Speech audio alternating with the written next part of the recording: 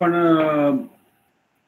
इतर जातक कथा जे आहे त्या इतर जातक कथेचा आपण काल जे अतीत कथा जे आहे त्या अतीत कथेबद्दल आपण बघितलं. पूर्ण पालीमध्ये जे दिलेली अतीत कथा जी आहे म्हणजे भगवान बुद्धांनी नंतर त्यांना सांगितलेली जी कथा आहे अतीत म्हणजे त्यांच्या बोधिसत्व असताना जी काही घटना घडली होती त्या घटनेबद्दलची जी अतीत कथा जी आहे ती काल आपण बघितली. परंतु वर्तमान काळातली जी कथा जी आहे ती आपण काल बघितली नव्हती. म्हणजे आपण ती मी तुम्हाला सांगितली नव्हती. तर त्या वर्तमान काळातली जी कथा जी आहे त्याच्या अनुषंगाने भगवान बुद्धांनी त्यांच्या बोधिसत्वाच्या काळामधील ही तितर जातकाची कथा सगळ्या भिक्षूंना सांगितलेली. तर वर्तमान काळातली जी कथा जी आहे तर ती काय आहे म्हणजे त्याचा रेफरन्स घेऊन मग बुद्धांनी ही तितर कथा अतीत काळातली सांगितलेली. तर ती कोणची होती? तर एक दिवस भगवान बुद्ध श्रावस्तीला जात असताना म्हणजेच आपला अनाथपिंडक जे आहे अनाथपिंडक यांनी एक छान उत्तम प्रकारे उद्यान किंवा उद्यान किंवा आराम म्हणतो आपण हे तयार करून घेतलं आणि बुद्धांना तसा निरोप दिला की उद्यान तयार आहे, तुम्ही ह्या उद्यानामध्ये किंवा आरामामध्ये तुम्ही वास्तव्य करायला किंवा विहार करायला तुम्ही यावे. असा निरोप मिळाल्यानंतर भगवान बुद्ध निघतात त्या विहाराकडे जाण्यासाठी आणि निघताना ते सांगतात की आपल्याला अशा अशा ठिकाणी जायचं आहे म्हणून. तर त्यांच्याबरोबर जे 6 वर्गीय जे भिक्खू असतात, आता हे 6 वर्गीय 6 वर्गीय हे जे भिक्षू जे आहेत त्यांच्याबद्दल सांगण्यासारखं खूप आहे. ते मी तुम्हाला वेळ आली तर सांगतोच आता या कथेमध्येच. तर हे 6 वर्गीय जे भिक्खू जे आहे हे भिक्खू सर्वांच्या आधी म्हणजे जिथे भगवान बुद्ध जाणार होते तिथे सर्वांच्या आधी जाऊन पोहोचतात आणि तिथे ठेवलेले जे काही आसनं जे आहेत सेनासन म्हणतात त्याला, तिथे ठेवलेले जे काही आसनं जे आहेत ते आसनं सगळे त्याच्यावरती कब्जा करतात. कोणी म्हणतो हे माझ्या आचार्याचं आसन आहे, कोणी म्हणतो माझ्या हे उपाध्यायाचं आसन आहे, कोणी म्हणतो माझ्या ओळखीच्या भिक्खूचं आसन आहे. असं करत करत सगळे जे आसन जे आहेत ते सगळे भिक्खू त्याच्यावरती ताबा मिळवून घेतात.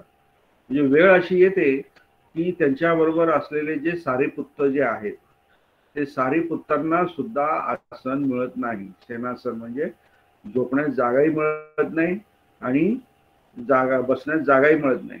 इव्हन म्हणजे सारीपुत्ताचे जे अंतेवासी असतात, अंतेवासी म्हणजे काय, त्यांच्या सोबत राहणारे उपठाक म्हणजेच काय, सेवा करणारे काळजी घेणारे जे भिक्खू जे आहेत त्यांनी विचारपूस करून सुद्धा त्यांना सुद्धा सारीपुत्तांसाठी सेनासन म्हणजेच काय आसन आणि शयन हे दोघंही मिळाले नाही.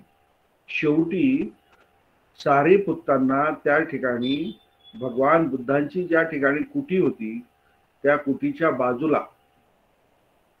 बाजूला तिथे एका झाडाखाली म्हणजे रात्रभर बसून किंवा चंक्रमण करणे म्हणजे काय, गोल गोल फिरणे एकाच ठिकाणी किंवा एरझरा गाडणे याला चंक्रमण म्हटलेलं आहे, चक्कमन.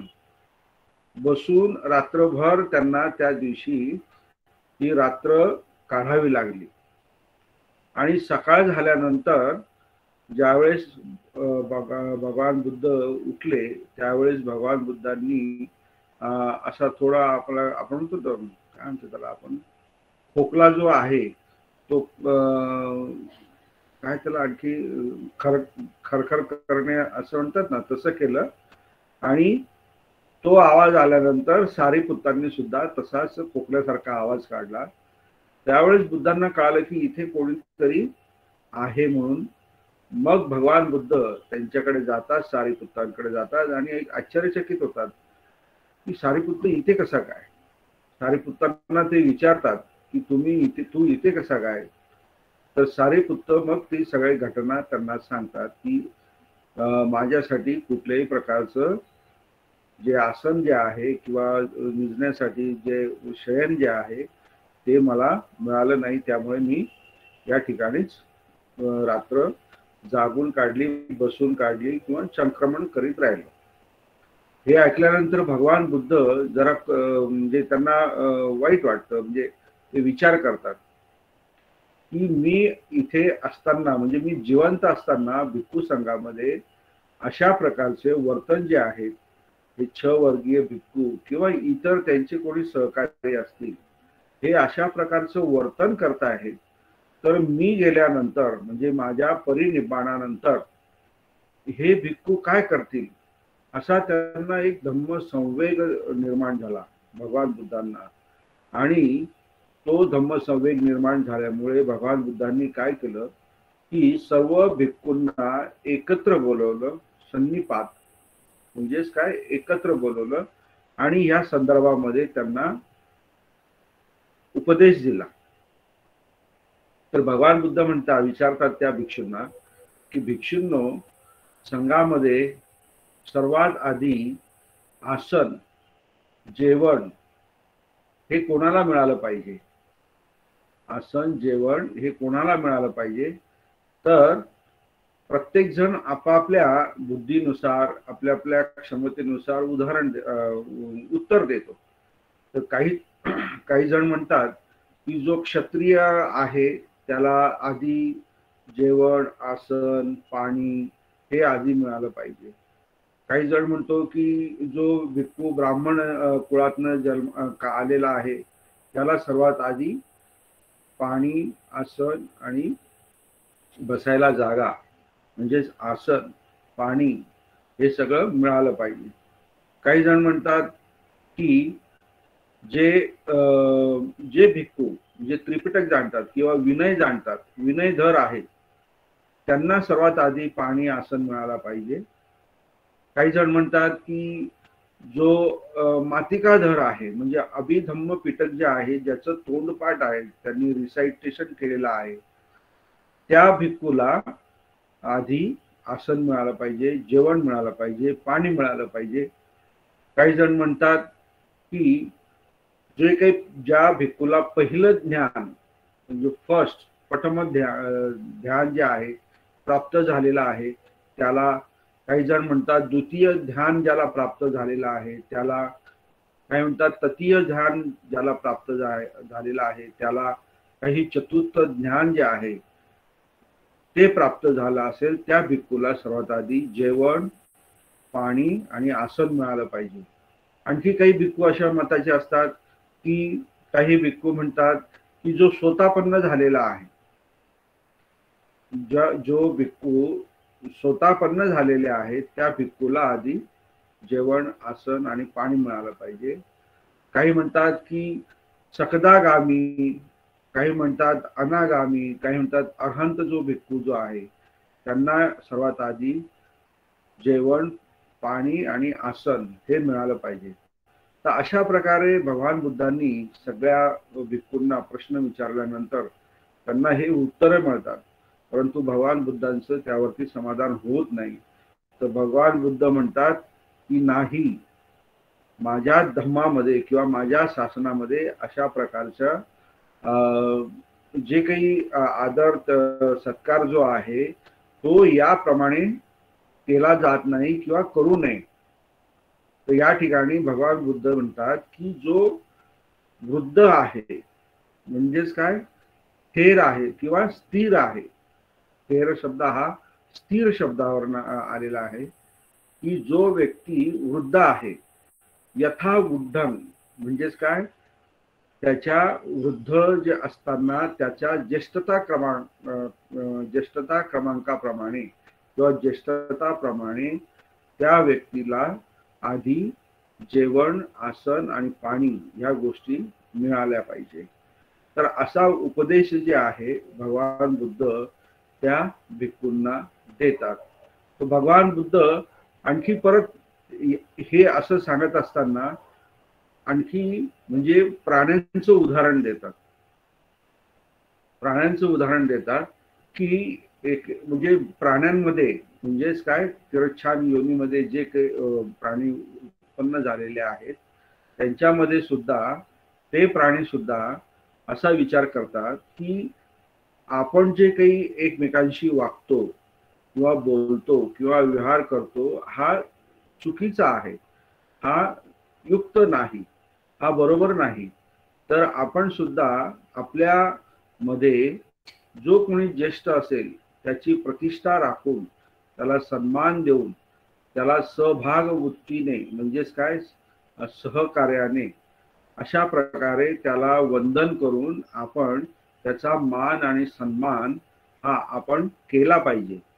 आणि असं ठरवल्यानंतर ते सुद्धा त्यांच्यामध्ये त्यांच्या ग्रुपमध्ये जो कोणी ज्येष्ठ असेल त्याला ते शोधतात आणि त्याप्रमाणे त्याला या जे काही तीर्ण समाधान जे आहेत, काल मी तुम्हाला सांगितलं तीर्ण समाधान कोणकोणते आहेत ते, तर त्या तीर्ण समाधानाने म्हणजे सप्रतिष्ठा, सहभाग वृत्तीनो आणि सगारवा हे जे तीन जे समाधान जे आहेत म्हणजे घेण्यास योग्य जे विचार आहेत ते विचार घेऊन ते सुद्धा त्या प्राण्याची म्हणजे जो कोणी ते वृद्ध असेल किंवा मान सन्मान करण्यास योग्य असेल अशा प्राण्याला ते सत्कार वगैरे करतात.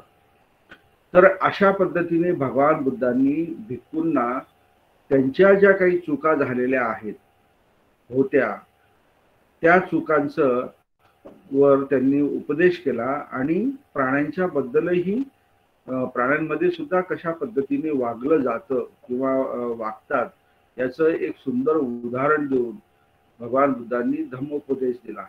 आणि हा धम्मोपदेश देत असताना त्यांनी त्यांच्या म्हणजे बोधिसत्व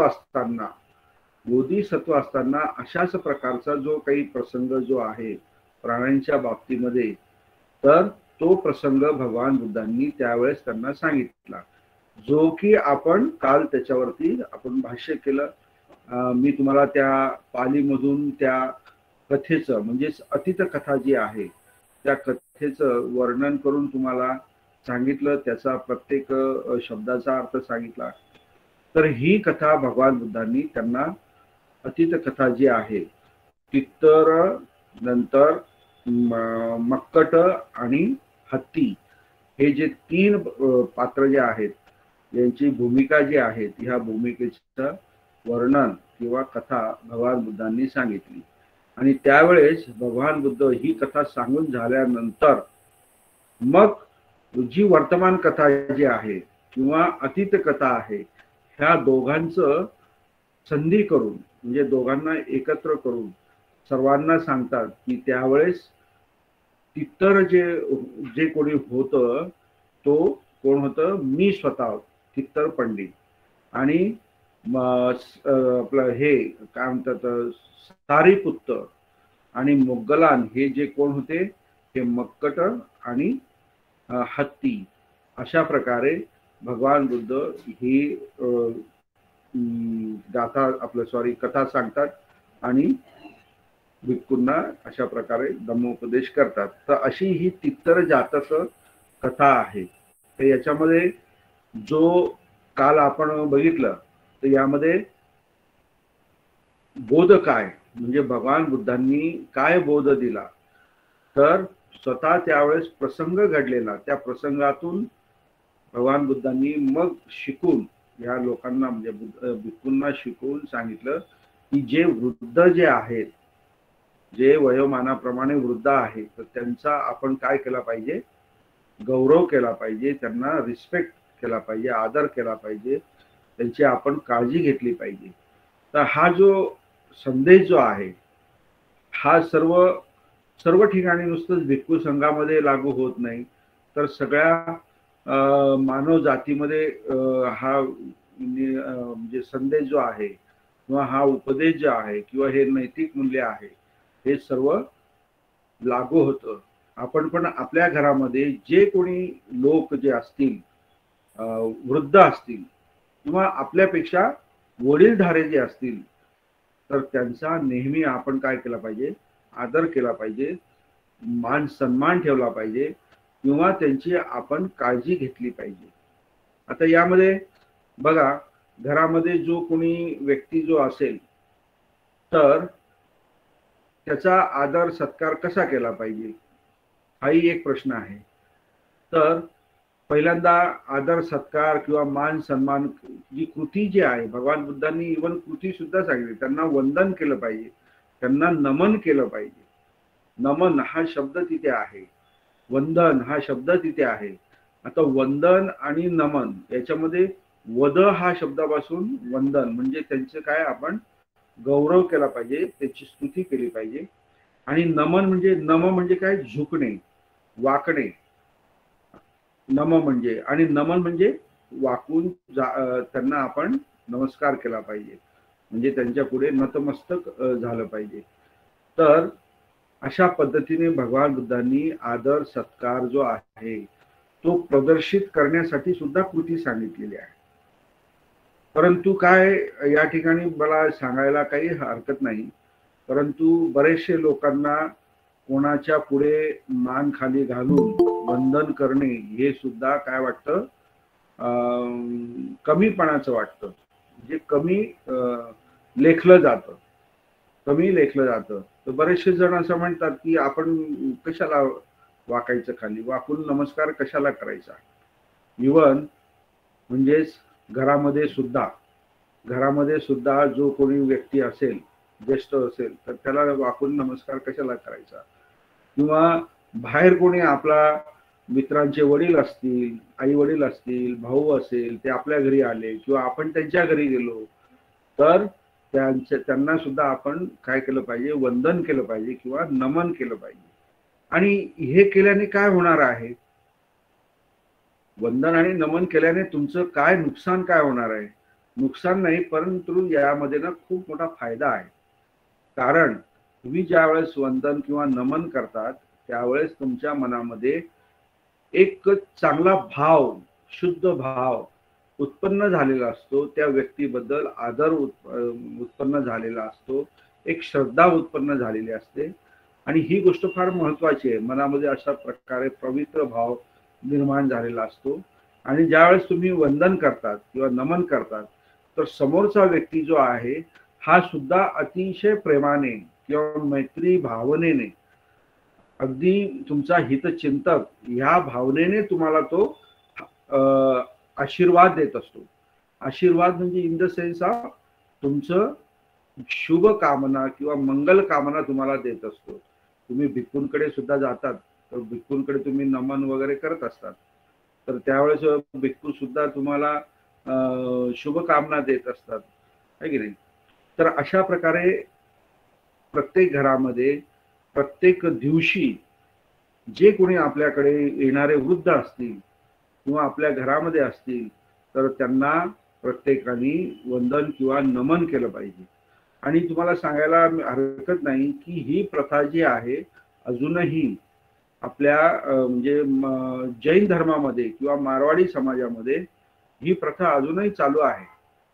मी माझे बरेचसे मित्र आहेत जैन धर्मीय, ज्यावेळेस ते एकमेकांना भेटतात, तर जे लहान व्यक्ती असेल वयाने, ते म्हणजे रस्ता असो कुठे असो, कुठेही भेटले तरी ते काय करतात, त्यांच्या पाया पडतात.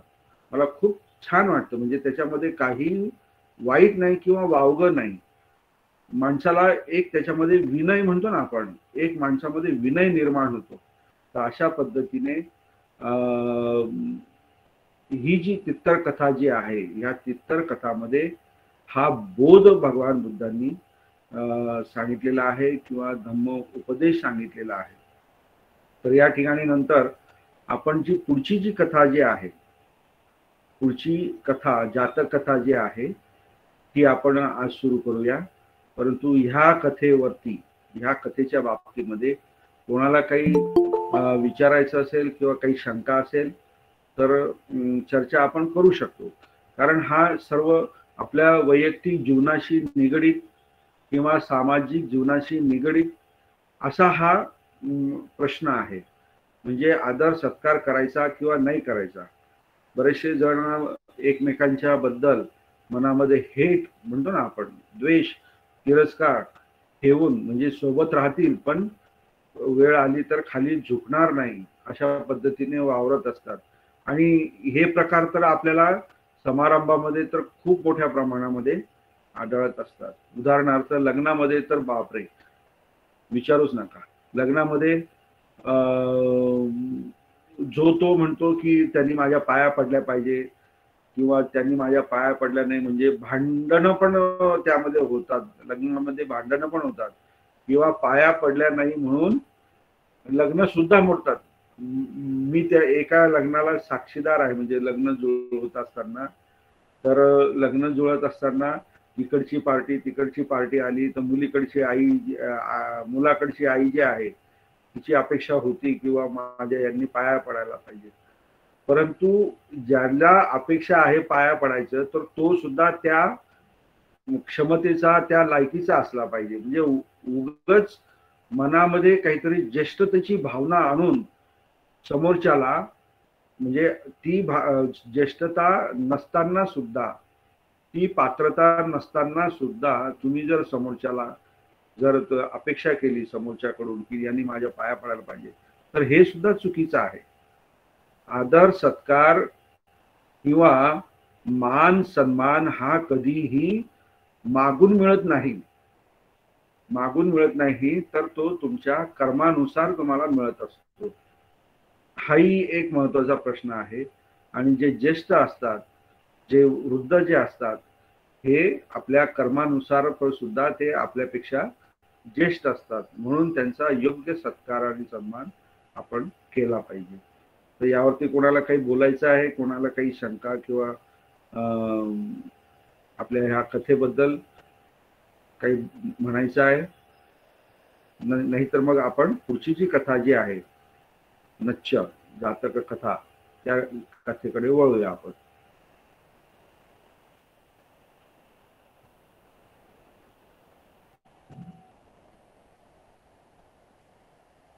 हॅलो,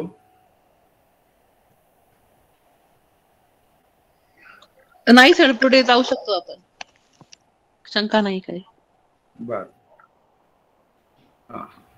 आता ह्या कथांवरती तुम्हाला ज्या काही प्रश्न येतील ते तुम्हाला मराठीमधूनच लिहायचे आहे.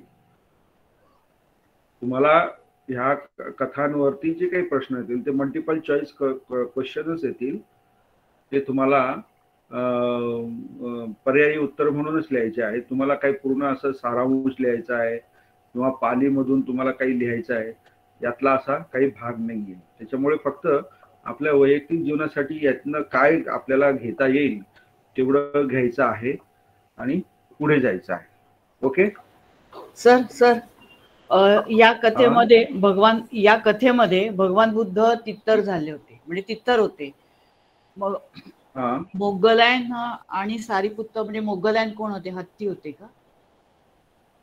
आता ते असं नेमकं सारीपुत्त माकडच होते का हत्तीच होते याची स्पष्टता त्या कथेमध्ये नाहीये.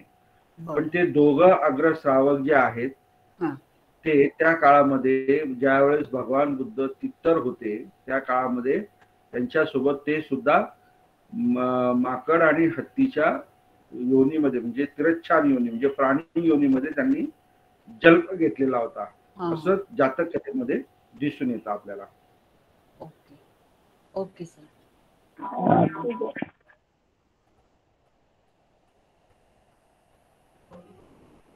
कोणाला अजून काही विचारायचंय?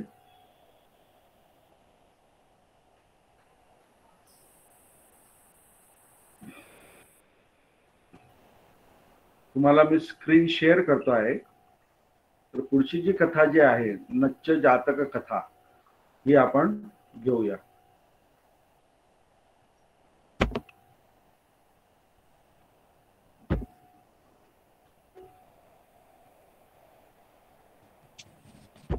तर तितर जातकामध्ये हत्ती मोगलान होते आणि वानर सारीपुत्त होते. अच्छा अच्छा, बरं बरं.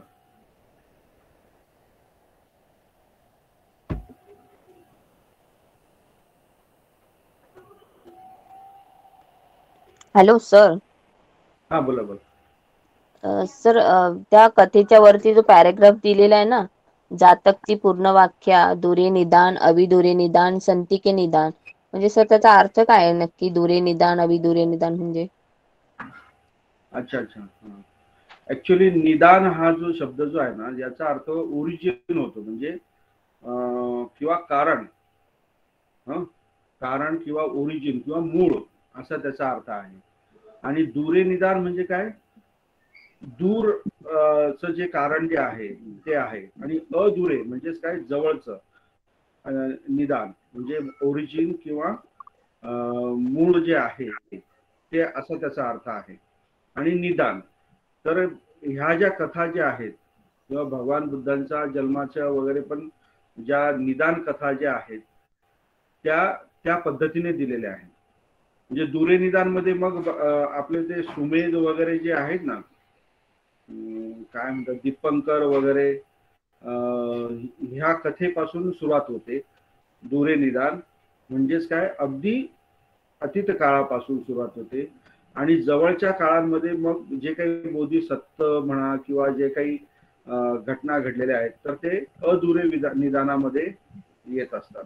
तर असे याचे भाग केलेले आहेत भगवान बुद्धांच्या साहित्य, जे उपदेश दिलेले आहेत त्या उपदेशाचे भाग केलेले आहेत.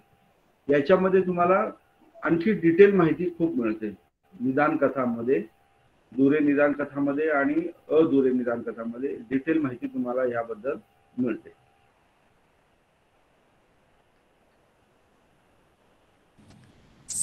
दुरे निदान म्हणजे सुमेध ब्राह्मणांनी भगवान दीपंकरांच्या चरणी प्रतिज्ञा घेण्यापासून ते वेसंतर शरीर सोडून तुषित देवलोकात जन्म घेण्यापर्यंतची हकीकत आहे ना? हा, हकीकत, हा बरोबर, करेक्ट. आणि नंतर मग देवलोकातून बुद्धांचा जन्म घेण्यापर्यंत, बुद्धांचा जन्म घेईपर्यंत मग अधुरे निदान कथा असा त्याचा डिव्हिजन आहे, म्हणजे भाग पडलेले आहे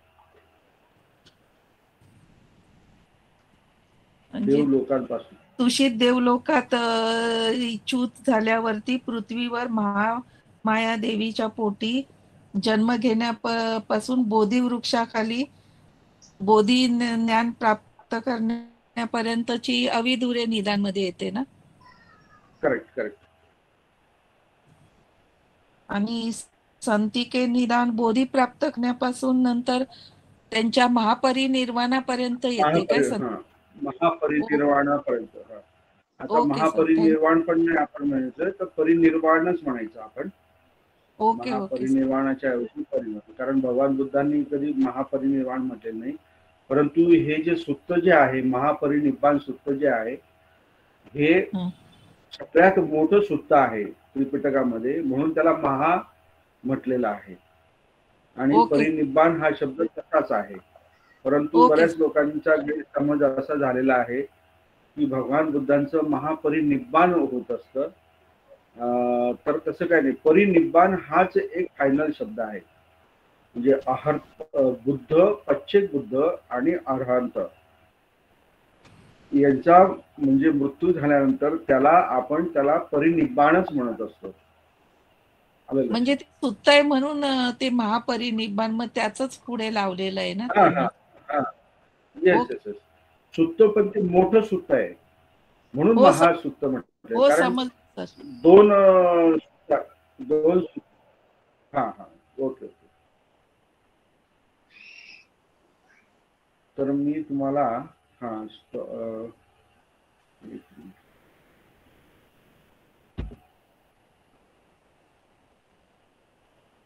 स्क्रीनवर दिसते तुम्हाला काही? हो सर. हो सर. हा,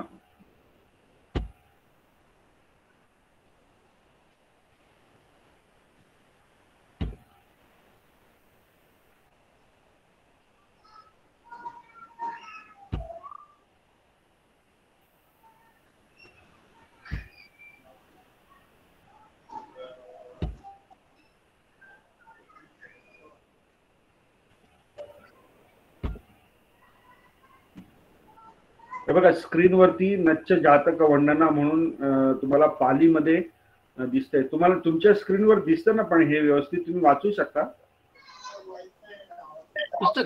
स्क्रीन मोठं केलं तर दिसतं आम्हाला, दिसतं ना. आणि पुस्तक पण आहे. पुस्तकामध्ये थोडशा काही काना मात्रा वेलांट्याच्या काही मिस्टेक आहेत, परंतु याच्यामध्ये हे त्रिपिटकातूनच मी डायरेक्ट तुमच्या समोर प्रेझेंट करताय, त्यामुळे इथे चूक असण्याचा काही हेच येत नाही, म्हणजे प्रश्नच येत नाही. यामध्ये बघा नच्च जातक वर्णना जी आहे हे प्रथम भागामध्ये एकक निपातामध्ये कुलावक वग्ग जो आहे त्या वग्गामध्ये ही कथा आलेली आहे.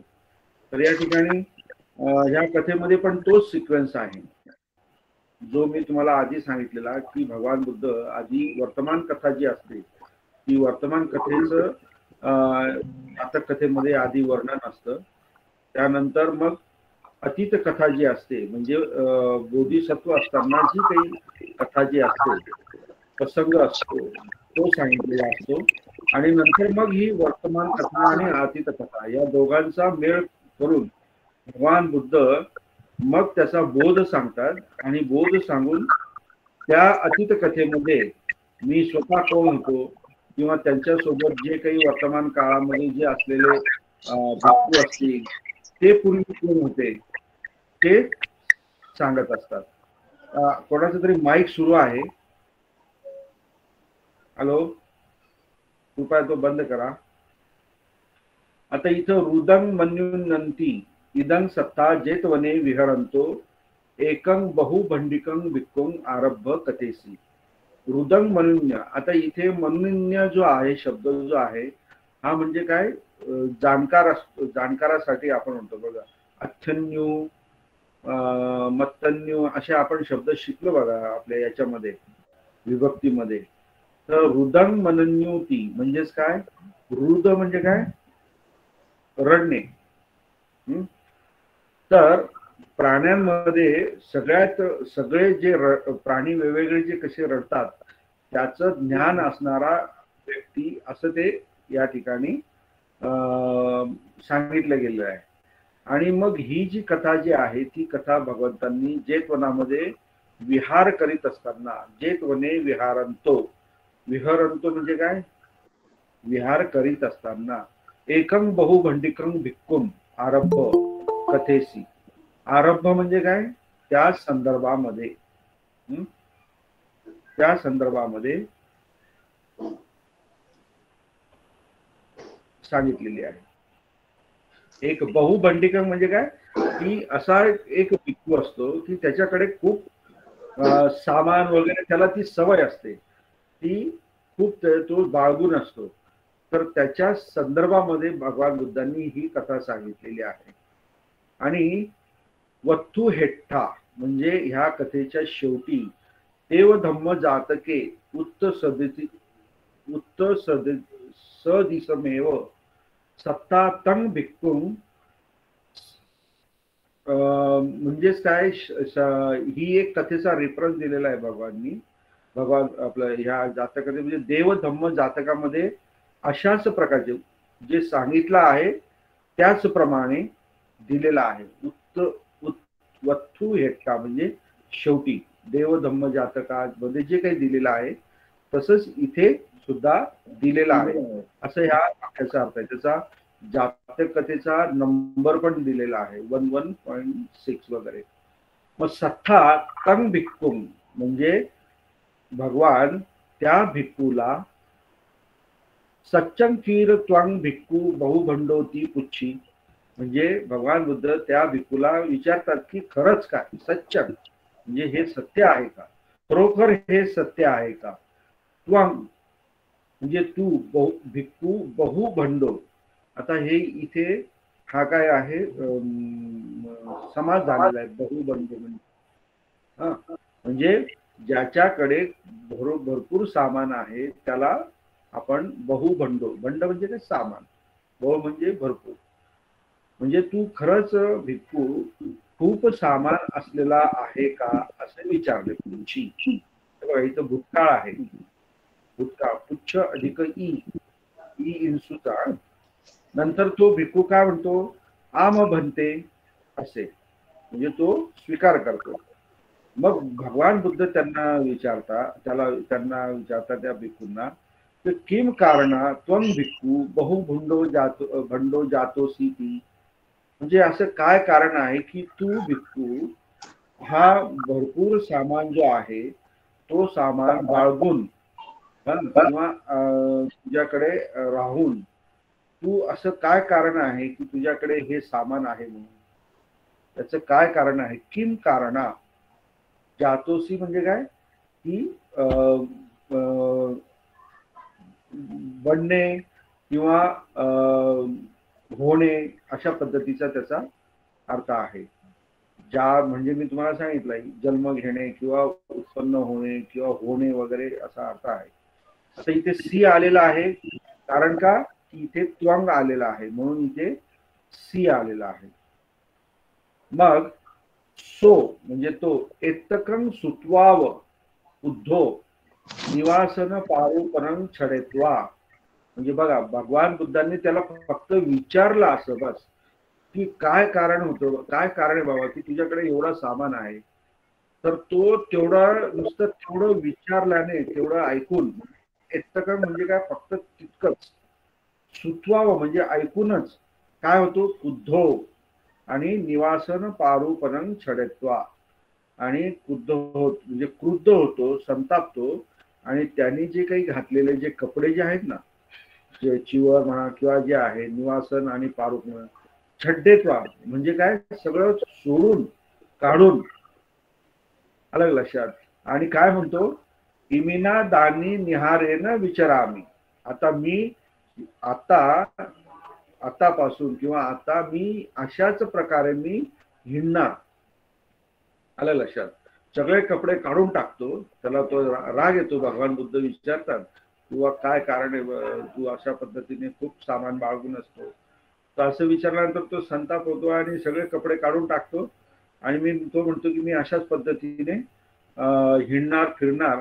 आणि तो भगवान बुद्धांच्या पुढे सत्तू पुरतो, म्हणजेच काय भगवान बुद्धांच्या पुढे नग्गो 88 म्हणजे तो नग्न उभा राहतो, नग्न उभा राहिला. भगवान बुद्धांच्या पुढे तो नग्न उभा राहिला. आणि असं झाल्यामुळे काय झालं की जे तिथे मनुष्य होते किंवा भिक्खू जे होते त्यांनी काय केला, त्याचा धिक्कार केला. इथे धी हा जो धी आहे ना, हा धिक्कार या अर्थाने त्याचा अर्थ होतो. धिक्कार असो असे ते म्हणाले, म्हणजे मनुष्य. मग काय झालं की सर्वांनी धिक्कार केल्यामुळे काय झालं की तो सो ततो पलायित्वा हिना यावत्तो, म्हणजे तो तिथून पळून काय झाला, त्याच्या म्हणजे हीन भावना त्याच्यामध्ये निर्माण झाली, हीन भावना उत्पन्न झाली त्याच्या मनामध्ये. तो तिथून पळून गेला. तो पलायित्वा म्हणजे पळून, हीन भावना त्याच्या मनामध्ये उत्पन्न झाली. मग पुढे काय झालं, भिक्खू धम्म सभायं सन्निसिन्ना, म्हणजे जे भिक्खू जे आहेत, अनेक भिक्खू. इथे बघा दुसरा उकार आहे भिक्खूला, म्हणजे इथे एक भिक्खू नाही, अनेक भिक्खू आहेत.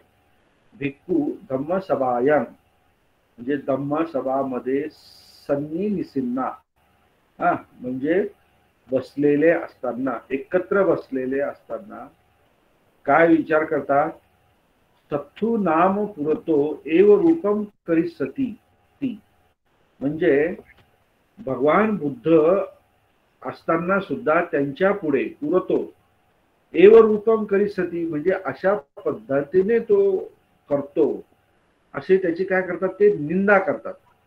हा नाम शब्द जो इथे आलेला आहे हा आता काय निंदा ह्या अर्थाने आलेला आहे. एव रूपम करिसती तस्स अगुणं कथं कथेसु, म्हणून त्याचे जे जो भिक्खू जो आहे, तो पळून गेलेला भिक्खू जो आहे, त्याचे अगुण ते सांगत असतात, म्हणजे एकमेकांना त्यांनी सांगितले.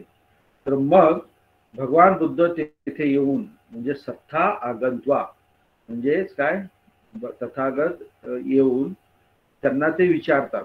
काय विचारतात, कायनु अथ भिक्कवे इतरही कथाय सन्निसिन्नाती. कायनु अर्थ म्हणजे काय प्रयोजन आहे, काय अर्थ आहे.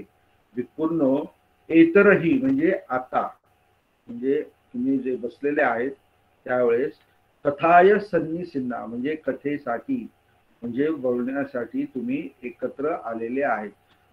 तुम्ही जे एकत्र आले आहेत तर त्याचा अर्थ काय, असं थोडक्यात भगवान बुद्ध त्या भिक्खूंना विचारतात. ती भिक्खू पुच्छी म्हणजे भिक्खूंना विचारतात. मग भिक्खू सांगतात, भन्ते सो ही नाम भिक्खू तुमाकं पुरतो चतुपरिसमज्जे हिरोत्तपं पहाय गामदारको वीय नग्गो ठत्वा. हे भरपूर मोठं वाक्य आहे, तर आपण याला जरा खंडित करू. तर ते भिक्खू काय म्हणतात, सो ही नाम भिक्खू म्हणजे तो अशा अशा प्रकारचा जो भिक्खू आहे खरोखर, तुमाकं पुरतो म्हणजे तुमच्या पुढे, आणि काय परिसमज्जे म्हणजे 4 ज्या परिषदा आहेत त्याच्यामध्ये हिरोत्तपं पहाय. आता हा शब्द जो आहे ना हा अतिशय महत्वाचा आहे. हिरोत्तपं पहाय म्हणजे काय, हिरी आणि ओत्तप्प याची ही संधी झालेली आहे या 2 शब्दाची, आणि हे शब्द अतिशय ह्या कथेमध्ये महत्वाचा आहे. त्याची मी तुम्हाला अर्थ सांगणार आहे. हिरी म्हणजे काय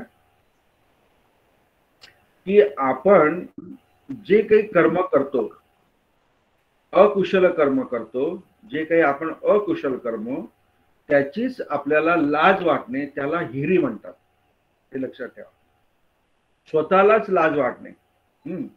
जर एखादा व्यक्ती जर असेल दारू पित असेल, परंतु दारू पित असताना त्याला ते स्वतःलाच आवडत नाही, स्वतःलाच त्याची लाज वाटते की अरे हे दारू पिणं बरोबर नाही, तर त्याला हिरी म्हणतात.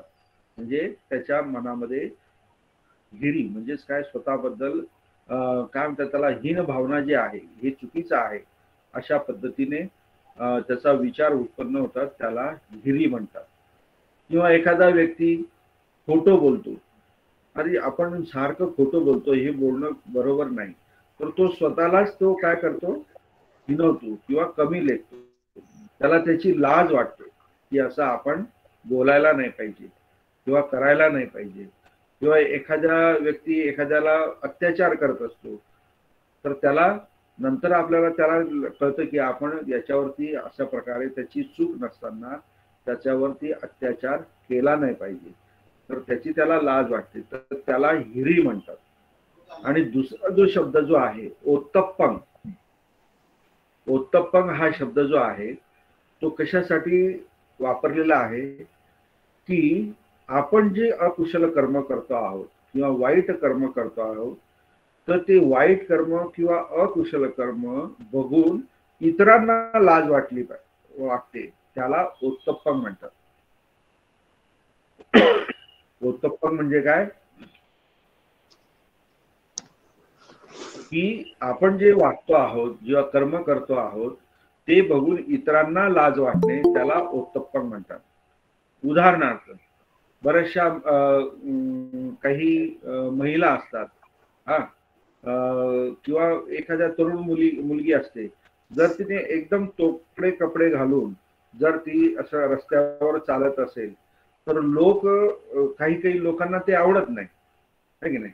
काही लोकांना ते आवडत नाही, ते स्वतःलाच ते एकदम त्यांना लाज वाटते त्या व्यक्तीकडे बघायची किंवा त्या मुलीकडे किंवा त्या स्त्रीकडे बघण्याची लाज वाटते. तर त्या व्यक्तीचं म्हणजे त्या मुलीचं स्त्रीचं जे काही तोडके कपडे घालून वागणं आहे, फिरणं आहे, त्याची इतरांना लाज वाटते, त्याला काय म्हणतात, ओत्तप्पं म्हणतात. किंवा एखादा व्यक्ती जो आहे की त्याची क्षमता नाही, त्याची तेवढी कुवत नाही, तरी सुद्धा तो अगदी मोठमोठ्या बढाया मारत असतो किंवा त्या पद्धतीने वागत असतो, बोलत असतो, आणि ह्या लोकांना माहित असतं की याची जे लेव्हल काय आहे, तर त्याच्या ह्या वागण्यामुळे काय होतं की इतरांना लाज वाटते त्याच्या वागण्याची. तर अशा प्रकारे त्याला ओत्तप्पं म्हणतात. तर ह्या दोन्ही गोष्टी आपल्यामध्ये किंवा आपल्या समाजामध्ये दोन्ही गोष्टी आपल्याला आढळून येतात. तर अशा पद्धतीने हा जो भिक्खू जो आहे हा भिक्खू हे हिरी आणि ओतप्प पहाय म्हणजे हे सोडून, दोघही सोडून, कामदारको विय म्हणजे गावचा मुलगा प्रमाणे, आता हा गामधारको जो आहे हा सुद्धा म्हणजे काय म्हणतात त्याला, गावंडळ म्हणतो ना आपण, खेडूत, त्या पद्धतीने नग्गो ठत्वा म्हणजे नग्न उभा राहून, मनुष्येही चिकुच्छीयमानो हिना यावत्तीयत्वा सासना परिहिनोती, म्हणजे अशा प्रकारचा तो सगळ्या जे हिरी आणि उत्तप्प सगळं सोडून गावंडळ सारखा तो नग्न उभा राहून मनुष्यांद्वारे जिगुच्छी म्हणजे काय,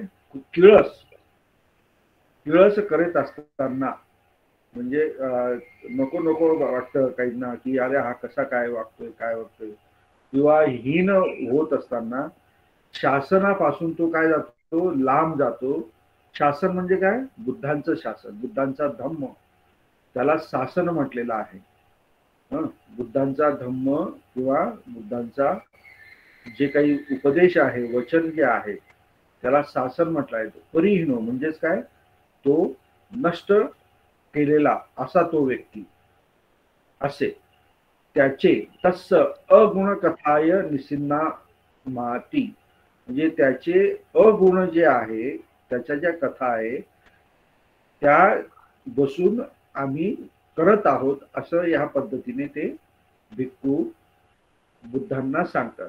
कारण बुद्ध विचारतात ना, तुम्ही इथे एकत्र कशासाठी जमलात, का कोणत्या अर्थाने जमलात, तर ते भिक्खू बुद्धांना सांगतात की तुमच्या समोर अशा प्रकारे हा भिक्खू जो आहे, तुमच्या समोर चार परिषदा ज्या आहेत त्याच्यामध्ये अगदी म्हणजे स्वतःची लाज नाही आणि जनमानसाची पण लाज नाही, असे हे सगळं सोडून गावंडळ व्यक्तीप्रमाणे नग्न होऊन आणि मनुष्यांकडून तो अगदी किळसवाणे त्याचा म्हणजे किळसवाणे प्रकार करून त्यांनी काय केलंय, शासनाचं काय केलं, नष्ट केलं. म्हणजे त्यांनी धम्म जो आहे तो नष्ट केला.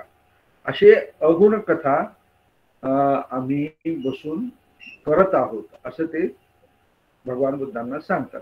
मग भगवान बुद्ध त्यांना काय म्हणतात, सत्था न भिक्कवे इदाने वसु भिक्खू हिरो तपाभावेन प्रतन शासना परिहिनो. मग भगवान बुद्ध म्हणतात त्यांना की भिक्खूंनो न इदानेव, म्हणजे इदाने म्हणजे आता, म्हणजे भिक्खूंनो आताच नाही, न इदानेव, तो भिक्खू म्हणजे काय, सो भिक्खू हिरोत्तप्पा भावेन म्हणजे स्वतःबद्दलची आणि इतरांबद्दलच्या लाजेच्या प्रभावाने रत्न शासना परिहिनो, त्यांनी या रत्न सारखा जो शासन आहे त्यांनी नष्ट केलेला आहे किंवा तो त्याच्यापासून दूर गेलेला आहे. तर पूर्वी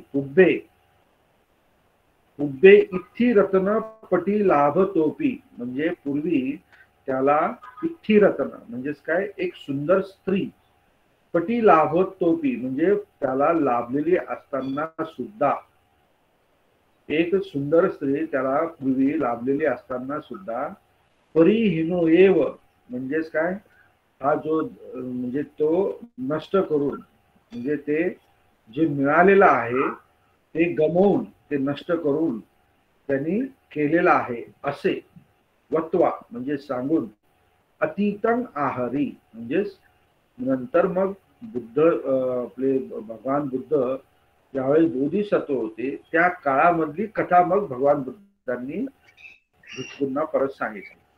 आता ही जी कथा जी आहे मी जी आता तुम्हाला सांगितली, ही कथा वर्तमान काळातली, म्हणजे भगवान बुद्ध शास्ता असताना भिक्खूंच्या सोबत ही प्रसंग घडलेला, ही वर्तमान काळातली कथा. परंतु हा जो भिक्खू जो आहे याचं भगवान बुद्धांना त्याचा पूर्वकाल सुद्धा माहीत होता आणि भगवान बुद्धांना असे प्रत्येकाचे म्हणजे त्याला बघितल्यानंतर अतीत काळ जो आहे बुद्धांना हा सगळ्यांचा कळायचा. तर भगवान बुद्ध म्हणायचे की हा आत्ताच असा नाही, यांनी ते जे काही स्वतःबद्दलची लाज आणि इतरांबद्दलची लाज सोडून यांनी पूर्वी त्याला मिळालेली जी स्त्री आहे ती सुद्धा त्यांनी गमावलेली आहे. तर ती पूर्वीची जी कथा जी आहे, तो जो प्रसंग आहे तो मग पुढे भगवान बुद्ध सांगतात. तर तो कोणता आहे? ती कथा आपल्या ह्या क्रमिक पुस्तकामध्ये दिलेली आहे. छोटी कथा आहे पण सुंदर कथा आहे. तर ती कथा कशी आहे बघा. अति ते पठम कप्पे चतुपदा सिंह राजानं अकंसू. म्हणजे पूर्वी प्रथम कल्पामध्ये जे 4 पायाचे जे प्राणी होते, चतुपदा, सिंहं राजानं अकंसू, म्हणजे त्यांनी काय केलं, सिंहाला काय राजा केलं. पूर्वी 4 प्राण्यांचे जे प्राणी होते, 4 पायांचे प्राणी जे होते त्यांनी सिंहाला राजा केलं. नंतर मच्छा, आनंद मच्छ, जे मासे जे होते त्यांनी आनंद नावाचा जो मासा असेल त्याला राजा केलं. नंतर सकुणा, सुवर्ण हंसन. सकुणा म्हणजे काय? पक्षी. मग पक्ष्यांनी कोणाला राजा केलं? सुवर्ण हंस. हंस माहिती असेल ना तुम्हाला, सुंदर दिसतो हंस. तो कसा आहे? सुवर्ण आहे, म्हणजे सुंदर आहे. तर त्याला काय केलं? पक्ष्यांमध्ये राजा केलं. आता पुढे काय? तस्स पण सुवर्ण हंस राजस्स, म्हणजे त्या सुवर्ण हंस राजाला, राजाची, तस्स म्हणजे इथे छठी विभक्ती आली आहे. धीता, धीता म्हणजे काय? मुलगी. हंसपोतिका म्हणजेच काय? हंसपोतिका म्हणजे त्याची लहान मुलगी. अभिरूपा अहोसी म्हणजे खूप सुंदर होती. म्हणजे त्या सुवर्ण हंस राजाची जी मुलगी जी होती लहान हंसपोतिका, ती खूप खूप सुंदर होती. सो तस्सा वरंग अदासी, मग त्याने तिला काय दिलं? वर दिला. अदासी. आपण आता पण महाभारत किंवा रामायणामध्ये बघा, कथा वाचताना किंवा ह्या ऋषीने तो वर दिला, त्या ऋषीने हा वर दिला. तो वर देणं म्हणजे काय? म्हणजे तुला जे अपेक्षा आहे तू ते कर अशा पद्धतीने, किंवा ते पूर्ण होईल अशा पद्धतीने त्या वरचा अर्थ आहे. आता आपला हा वरण जो आहे हा आपल्या एका गाथेमध्ये सुद्धा आहे बर का. गाथा धम्मवंदना आहे का संघवंदना आहे का बुद्ध वरण येते असं काहीतरी आहे, मला आठवत नाहीये. सो तस्सा वरण अदासी, म्हणजे त्याने तिला एक अशा प्रकारचा हे दिला, आशीर्वाद म्हणा किंवा शब्द दिला. काय? सा अत्तनो चित्त रुचितं सामिकं वारेसी, म्हणजे तिला काय म्हटलं? स्वतःच्या चित्त रुचितं म्हणजे स्वतःच्या मनाला पसंत पडेल. सामिकं म्हणजे, सामिकं म्हणजे काय? पती. सामिकं म्हणजे काय? नवरा, पती. वारेसी म्हणजे तू त्याच्याशी लग्न करू शकते, की तू कर किंवा करावे. सा आत्मनो चित्त रुचितं सामिकं वारेसी, म्हणजेच काय? स्वतःच्या अभिरुची, आपलं चित्त रुचितं स्वतःच्या आवडीचा स्वामी किंवा पती करावा किंवा कर अशा पद्धतीने. हंस राजा तस्सा वरं दत्वा, म्हणजे तो जो हंस राजा आहे तिला तसा वरं दत्वा म्हणजे देऊन, म्हणजे अशा प्रकारचा वर देऊन. हिमवंते सब्बे सकुने सन्नी पातापेसी, ज्या हिमालयामध्ये सगळे जे पक्षी असतील, सब्बे सकुने सगळे जे पक्षी असतील त्यांना एकत्र करून, सन्नी पातापेसी म्हणजे हे काय पॉझिटिव्ह आहे, म्हणजे दुसऱ्याकडनं एकत्र करून. नाना पकारा हंस मोरा आदयो सकुन गणो, सकुन गणा म्हणजे वेगवेगळ्या प्रकारचे. सर व्याकरण सांगा ना. काय व्याकरण सांगा ना त्यांचं सर. जसं चतुर्थी, छठी हे वाक्यांमध्ये काल कसं व्याकरण घेतलं होतं तसं सर सांगता. अच्छा, सांगत नाही का मी? नाही व्याकरण सांगा, तुम्ही डायरेक्ट सगळं घेताय. हे आओसी वारेसी कसं आलं, काल कसं घेतलं होतं तसं. अच्छा अच्छा अच्छा, हा हा हा हा हा हा हा. सा अत्तोनो, अत्तोनो म्हणजे काय? अत्तोनो ही चतुर्थी विभक्ती आलेली आहे. म्हणजे सा म्हणजे काय? ही स्त्रीलिंग आहे सा, आहे की नाही? चित्त रुचितम सामिकम वारेसी. आता हा वारेसी जो शब्द जो आहे हा नेहमी याच्यामध्ये म्हणजे लग्न जो म्हणतो ना आपण, लग्नाच्या संदर्भामध्ये, मॅरिडच्या संदर्भामध्ये ह्या आपल्या त्रिपिटकामध्ये तो येत असतो. म्हणजे हा जो सी जो इथे आलेला आहे, सी जो इथे आलेला आहे, तर इथे त्वंग, त्वंग शब्द इथे दिलेला नाही. त्वंग अत्तनो, अलग लक्षात. सा म्हणजे तिने, तू अत्तनो म्हणजे तू स्वतःच्या आवडीचा स्वामी तू निवड, किंवा त्याला आपण म्हणतो याला स्वयंवर म्हणतो ना आपण, स्वयंवर, त्या पद्धतीचा वर त्याला तिला दिलेला आहे इथे या ठिकाणी. म्हणून हा सी आलेला आहे इथे, त्वंग आलेला नाही, जे इथे करता दिलेला नाही, म्हणून इथे सी आलेला आहे. हंस राजा तस्सा. आता इथे तस्सा म्हणजे काय बघा, हे तस्सा जे आहे हे स्त्रीलिंग तो जो आहे आपला सर्वनाम, त्याचा जो तस्सा आलेला आहे. वरंग दत्वा म्हणजे दत्वा म्हणजे काय? पूर्वकालिक अवयव म्हणजे देऊन. हिमवंते सब्बे सकुणे. हिमवंते, हे हिमवंत हा शब्द आहे, त्याचा इथे ए प्रत्यय लागलेला आहे. म्हणजेच काय? हिमवंते म्हणजे काय? हिमालय किंवा हिमवंत प्रदेशामधील सप्तमी विभक्ती. सब्बे सकुणे म्हणजेच काय? सर्व पक्षांना. सकुणे हे अनेक वचन आहे बघा, सकुणा, सकुणे. सन्नी पाता पेसी म्हणजेच काय? हे पेसी जे आहे ना, एकत्र केले, आलं लक्षात. हा सी जो आहे तो पास्ट टेन्स मधला आहे सी, एकत्र केले. नाना प्रकारा म्हणजे नाना प्रकारचे. हंस मोर आदयो म्हणजेच काय? हंस मोर आणि आदयो म्हणजे काय? इतर इतर, असा त्याचा अर्थ आहे.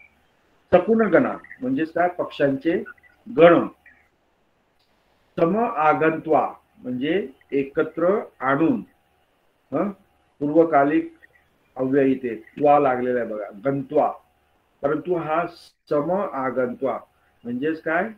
सर्व एकत्र येऊन. एकस्मिन महंते पाषाण तले. एकस्मिन हा कुठला हे आहे, काय म्हणतात त्याला, विभक्ती कोणती आहे? सप्तमी विभक्ती. महंते पाषाण तले हे सुद्धा काय आहे? सप्तमीच आहे. म्हणजे मोठ्या दगडाखाली. पाषाण म्हणजे काय? दगड. तले म्हणजे तळ, म्हणजे असा मोठा दगड असेल त्याच्या दगडाखाली. सन्निपतींसू म्हणजेच काय? एकत्र आले. इंसू लागलेला आहे बघा इथे. सन्निपातेती चा भूतकाळ काय झालेला आहे? इंसू इथे सन्निपतींसू, आलं लक्षात. नंतर हंस राजा. हंस राजा म्हणजे तो स्वर्ण हंस. काय म्हणतो?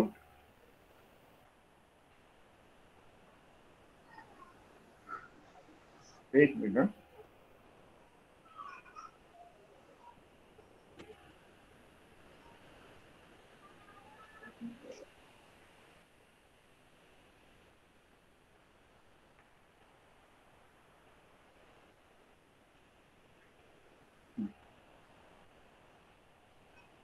हंस राजा तो त्याची जी मुलगी जी आहे धीता, तिला तो सांगतो अत्तनो चित्त रुचितं सामिकं म्हणजे स्वतःच्या चित्ताला पसंत पडेल असा स्वामी आणून, येऊन, सॉरी आणून नाही, येऊन गृह्णातू म्हणजे तू ग्रहण कर. हा इथे काय आज्ञार्थ आहे. गणन हा शब्द म्हणजे काय, गणनती म्हणजे काय, ग्रहण करणे, घेणे, टू टेक. आणि इथे जो तू जो आलेला आहे तो तू आपल्याला आज्ञार्थामधला प्रथम पुरुष मधला तू आहे. तू अंतू ही थ मी म त्यातला हा तू आहे प्रथम पुरुष मध्ये. अलग लक्षात. आता इथे सुद्धा तो प्रथम पुरुष मधला सा इथे दिलेला नाही, म्हणजे तिला असे, म्हणजे पालीमध्ये हे कधी कधी क्रियापद देत नाही, कधी कधी कर्ता पण देत नाही. तर अत्तनो चित्त रुचितं सामिकं आगंत्वा गणनातू, म्हणजे स्वतःच्या आवडीचा जो पती जो आहे येऊन तू ग्रहण कर किंवा घे असे गणनातू. आता इथे तू जो आहे हा दुसरा उकार दिलेला आहे. कारण का, की त्या हा इथे ती आहे, हा ती आहे म्हणून इथे दुसरा उकार आहे. जर हा गणनातू उकार जर पहिला केला तर याचे हे स्वल्पविराम आहे ना, हे काढून टाकावं लागतील. तर तो एक नियम आहे की तीच्या आधी जो शब्द असतो किंवा सिलेबल असतो तो दीर्घ असतो. सर ह्या तीचा अर्थ काय होतो? असे. Okay sir. असं आपण नेहमी बोलताना आपण पण बोलतो ना, मी गावाला गेलो, मग असं असं असं अचानक येतं बघा आपलं. मग मला असं वाटलं की आपण जायला पाहिजे होतं, असं आहे की नाही. असे आपण गणनातूचा काय अर्थ सांगितला तुम्ही? ग्रहण करावा. अच्छा. किंवा ग्रहण कर असं. ओके. किंवा घे असं, अशा पद्धतीने. गणणं म्हणजे काय, घेणे, टू टेक. पूर्वी पत्रामध्ये पण असंच लिहायचे बघा, असं पूर्ण वाक्य लिहून घ्यायचे आणि शेवटी असे, परत वाक्य लिहायचे, परत असे. आता मला माहित आहे की नाही काय माहित, पण आम्ही असे वाचलेले पण आहेत बरोबर असे. आता हा ती जो आहे हा शॉर्ट फॉर्म मध्ये, ऍक्च्युली तो पूर्ण जो आहे त्याला इति म्हणतात. परंतु इथे बऱ्याच ठिकाणी वाक्य संपताना तो ती इथे देत असतात. तर याचा अर्थ खर तर दस म्हणजे अशा प्रकारे, असे, असा असतो, असं म्हणायचं असतं त्यांना, म्हणून तो देत असतात. Okay sir. धीतरंग पक्कोसा पेसी. म्हणजे मुलीला काय केलं त्यांनी, बोलवून घेतला. पक्कोसा पेसी म्हणजे निरोप पाठवून बोलवून घेतला. नंतर सा म्हणजे तिने काय केलं, मग चकुण संगम ओलोकेंती मणी वन्न जीवन चित्र पेकुणंग मोरंग दिसवा. म्हणजे तिने काय केलं, सकुण संगम म्हणजे जो पक्ष्यांचा संघ आहे त्याला, संघम म्हणजे द्वितीय विभक्ती आली बघा इथे. ओलोकेंती म्हणजे निरीक्षण करत असताना. आता इथे स्त्रीलिंगी असल्यामुळे अंती आलेला आहे. जर इथे सो जर असता ना पुल्लिंग, तर इथे ओलो केंतो असा आला असतो, ओ आला असतो. परंतु इथे सा आहे, स्त्रीलिंग आहे, म्हणून ओलो केंती म्हणजे निरीक्षण करत असताना काय, मणी वन्न गीवंग. गीवंग म्हणजे काय, गळा, आणि त्या गळ्यावरती काय, मान, मान. त्या मानावरती मण्यासारखे वर्णन म्हणजे मण्यासारखं काय चित्र वगैरे जे आहे ते असलेलं त्याला चित्र पेखुणं. पेखुणं म्हणजे त्याचा जो शेपटी जे आहे ना, मागचा जो पिसारा, त्याच्यावरती असे सुंदर सुंदर असे चित्र काढलेले. मोरण म्हणजे असा मोर की त्याच्या गळ्यावरती मणी आणि त्याच्या शेपटीवरती सुंदर सुंदर चित्र, त्या मोराला पाहून, दिसवा म्हणजे काय, पाहून. पूर्वकालिक आवडे. ती काय म्हणते मग, अयंग मे सामिका हो तू, म्हणजे हाच माझा काय पती हो असे. तीचा अर्थ काय, असे. आरोचेसी असे ती सूचित केले किंवा म्हणाली. आरोचेसी हे पाच तेच आलं लक्षात. अयंग मे सामिको हो तू, इथे पण तू आहे बघा. हा हूचा आज्ञार्थी मधला प्रथम पुरुष एकवचनामध्ये होतू. आरोचेसी म्हणजे तिने काय केलं, सूचित केलं. काय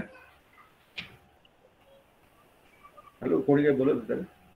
आरोचेसी सकुण संगा मोरंग म्हणजे मग आता तिने एका त्या मोराला सिलेक्ट केलं आणि नंतर मग ते जे सकुण संघ जे आहे म्हणजे पक्ष्यांचा जो संघ आहे, मोरंग म्हणजे मोराला उपसंक्रमित्वा म्हणजे त्याच्या जवळ जाऊन, इथे पण बघा त्वा आहे.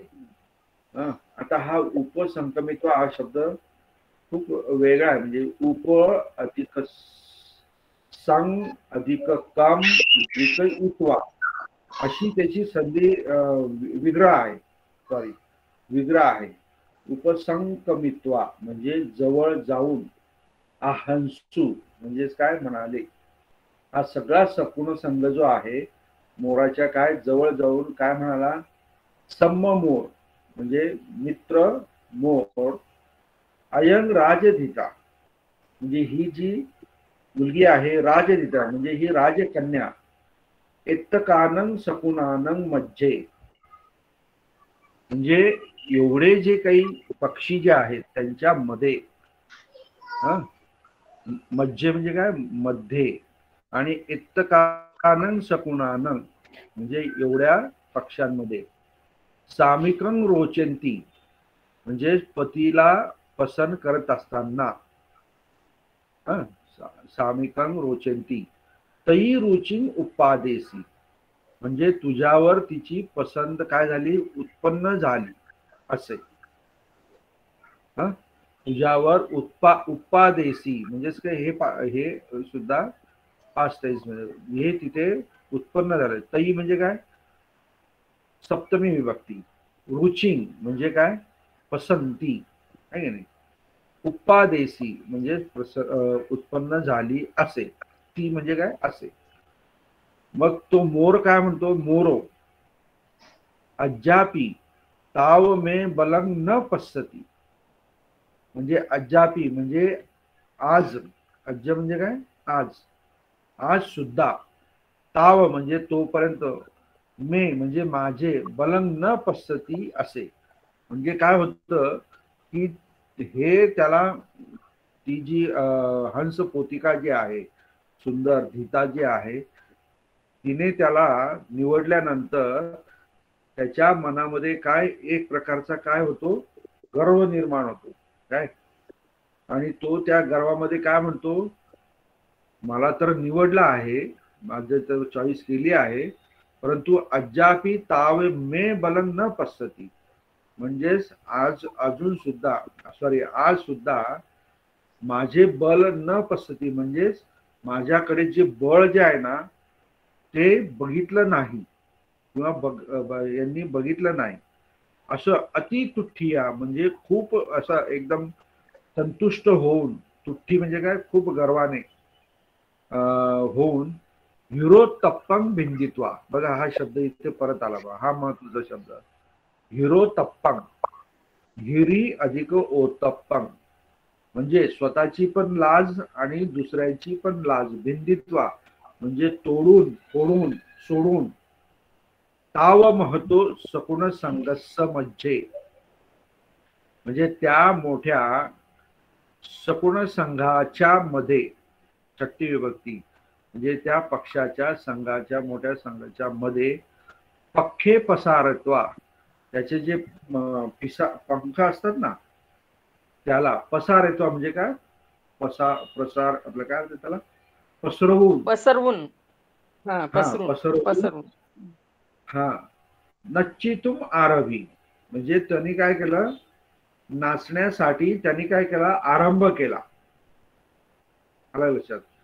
तर त्याच्यामध्ये हे नाचण्यासाठी आरंभ केला. तो कशामुळे नाचायला लागला की पहिल्यांदा म्हणजे त्याला असं म्हणजे स्वतःबद्दल काय गर्व वाटला की एवढ्या पक्षांमधून मला मोर म्हणून मला ह्या राजधिका जी आहे अभिरूपा जी आहे तिने मला चॉईस केलं किंवा मला सिलेक्ट केलं. आलं लक्षात. आणि नंतर मग काय झालं की तो अति तुठिया म्हणजे एकदम गर्वाने त्यांनी स्वतःची पण लाज सोडली आणि दुसऱ्याला काय वाटेल याची पण लाज सोडली आणि त्या संपूर्ण जो पक्ष्यांचा मोठा संघ जो आहे त्याच्यामध्ये ते आपले जे पंख जे आहेत ते पसरून नाचायला त्यांनी काय केलं सुरुवात केली, नाचण्यासाठी सुरुवात केली. तुंग हा इथे बघा मी तुम्हाला शिकवलेला आहे, याला काय म्हणतो आपण निमित्तार्थक. हा, नच्चितुंग म्हणजे नाचण्यासाठी आरंभ केला. आरभी हे पास्ट टेन्स आहे. आरभ म्हणजे काय सुरुवात आणि भ ई तिथे लागलाय म्हणून आरभी. आणि नच्चंतो म्हणजे नाचत असताना अपटिछन्नो अहोसी म्हणजेच काय पटिछन्नो म्हणजे काय कवर असलेला, कवर असलेला. आणि अपटिपन्न म्हणजे काय कवर नसलेला झाला. अहोसी, अहोसी म्हणजे काय झाला. तर या ठिकाणी नच्चंतो अपटिछन्नो अहोसी. अपटिछन्नो म्हणजे कवर नसलेला. आता नेमका कवर नसलेला म्हणजे काय म्हणणार तुम्ही? आवरण. आवरण आवरण. तर त्या आवरण, हा, मग त्या मोराच्या वरती कशाचं आवरण असतं? त्याच्यावरती आवरण पिसारा असतो. पिसारा असतो. तर तो इतक्या जोरात नाचतो की त्याच्या अंगावरचे सगळे पीस जे आहे की ज्याने त्या पिसांनी त्याचं अंग झाकलेलं असतं ते सगळे गळून पडतात. आलं लक्षात? म्हणजे गळून पडल्यानंतर मग तो कसा दिसतो? एकदम नग्न दिसतो, आहे की नाही? म्हणजे हा जो रेफरन्स आहे तोच रेफरन्स भगवान बुद्धांनी वर्तमान काळातली जी कथा जी सांगितलेली आहे ती कथाचा संदर्भ जोडलेला आहे. म्हणजे हा जो भिक्खू जो आहे पूर्वी तो सुद्धा असाच भगवान बुद्धांनी काहीतरी विचारलं त्याला आणि त्या एकदम क्रुद्ध झाला, संताप आला आणि मी आता अशाच प्रकारचा मी हिंडेल आणि सगळे कपडे काढून नग्न उभा राहतो. तर हा सुद्धा बघा पूर्वी हा जो मोर जो आहे हा मोर सुद्धा ज्यावेळेस त्याचं सिलेक्शन होतं तर त्याला हिरी आणि ओत्तप्प म्हणजे स्वतःची आणि दुसऱ्याची लाज सोडून तो भिक्खू सुद्धा बघा तो नग्न होताना तो स्वतःची पण लाज त्याला नसते आणि दुसरे काय म्हणतील याची पण लाज नसते. वरती पण हा शब्द आलेला आहे हिरो ओत्तप्प आणि इथे पण आलेला आहे. तर ते सगळं सोडून तो इतका नाचतो की त्याच्या सगळ्या अंगावरचे सगळे पीस पडतात आणि तो सगळा तिथे नग्न असल्यासारखा तो होतो. आणि मग काय होतं नेहमीप्रमाणे इकडे वरती सगळे पुरुष जे आहे वर्तमान कथेमध्ये ते सगळे काय होतात लाजतात किंवा ते सगळे त्याची निंदा करतात, जिगुच्छा करतात किंवा त्याला हिनवतात. त्याचप्रमाणे इथे सुद्धा बघा सुवर्ण हंस राजा लज्जितो म्हणजे तो जो जी धीता आहे हंस पोतिका जी आहे तिचा जो वडील जो आहे हंसराज तो सुद्धा लाजेने लज्जितो तो सुद्धा लाजतो आणि काय म्हणतो इमस्स न एव अज्जत समुत्थाना हिरी अत्थी म्हणजे याच्या जवळच अज्जत समुत्थाना म्हणजे आत जी असलेली जी लाजेची जी भावना जी आहे अलग लक्षात ती काय नाही. अज्जत समुत्थाना हिरी म्हणजे एकदम आतमध्ये असलेली स्वतःच्या आत असलेली जी हिरीची भावना आहे म्हणजे स्वतःबद्दल लाज असण्याची जी भावना जी आहे न एव अत्थी म्हणजे नाहीच आहे. परत काय न बहिद्दा समुत्थान ओत्तप्पम म्हणजे दुसऱ्याला बाहेरच्या लोकांना किंवा बाहेरच्यांना काय वाटेल काय काय याची लाज सुद्धा नाही. न बहिद्दा समुत्थान ओत्तप्पम न असं मग पुढे आता त्याच्याकडे हिरी पण नाही आणि ओत्तप्प पण नाही. मग तो सुवर्ण हंस राजा जो आहे तो काय लाजेने काय म्हणतो न असं भिन्न हिरो तपस्स मम धीतरंग दस्सामी न अस्य. आता इथे न अस्य जे आहे किंवा तसं, इथे कोणची विभक्ती येईल सांगता येईल? भिन्न, हिरो, तपस्स ही कोणची विभक्ती येईल?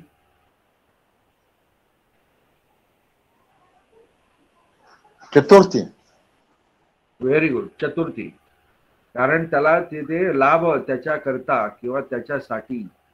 मम धीतरं न दस्सामी, न अस्य दस्सामी. दस्सामी याचा अर्थ काय? हे जे आहे म्हणजे देणार नाही किंवा बघणार नाही अशा प्रकारे. दस्स हा त्याच्यातला मूळ शब्द आहे. आलं लक्षात? तर इथे याप्रमाणे विल गिव्ह किंवा देणार नाही हा काय म्हणतात त्याला, दा जो म्हणतो ना आपण स्वरण, दा शब्द आहे ना, दा म्हणजे काय? देणे. त्याचा हा भविष्यकाळ दस्सामी. तर तिथे हा दाचा हा स्पेशल अशा प्रकारचा आहे. आपण इस्सामी, इस्साम असं लावतो, तर इथे तसं नव्हता, दस्सामी. म्हणजे न असं म्हणजे त्याला, त्याच्यासाठी. भिन्न, हिरो, तपस्स म्हणजेच हिरी आणि ओतप्प सोडलेला, तोडलेला अशाला. माझी, मम धीतरं म्हणजे माझ्या मुलीला, तस्सामी किंवा देणार नाही असे. ती आला म्हणजे असे. सकुण संघ मज्जे म्हणजे तो जो पक्षांचा पूर्ण संघ जो आहे त्याच्यामध्ये इमं गाथं आह, इमं गाथं आह असा शब्द आहे. गाथम आह असं वाचायचं नाही कधीच.